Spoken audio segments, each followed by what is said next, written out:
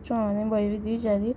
داخل این ویدیو ما میخوایم بریم یاد بدیم که 4 تا اسلحه در بازی مکان 4 اسلحه در بازی GTA San Andreas که در کنار خونه CJ قرار داره. اول که رسیدین داخل این جا میرید همینجا زیر پول و یه دونه از اینا اسمشون یادم رفته، از اینا میگیرید. بعدش چیکار میکنید؟ میرید این خر میخورید اینجا. بعدش که خوردین میرید یه دونه بیل خوشگل و قشنگ این پشته میرید برش میدارید حالشو قشنگ هستش انصافا. و وقتی برش داشتین همینطوری میرید تا برسید به خونه سویت که اینجا هست. بعد اینجا پرش بزنید.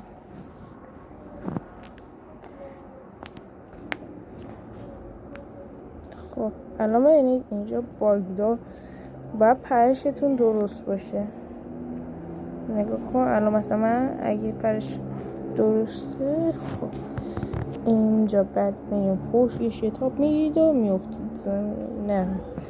نیافتید میرید اونجا و چیز میکنید دیگه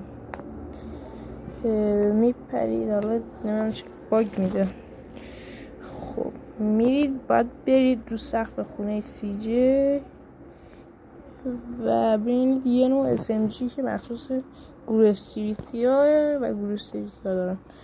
بعدش میپرید پایین این میمون درختیه و میرید کنار اونجا. بچه اینا که خیلی رو مختلفون داخل همه جای بازی وجود داره. اگه بالاسای داخل مرحله اول خیلی رو مختونن داخل اون مرحله میتونید ازش استفاده کنید و به همین راحتی اول میرید. سلام داداش چه خبره؟ هی گوساله. خب یه ذره با اینو صحبت میکنی.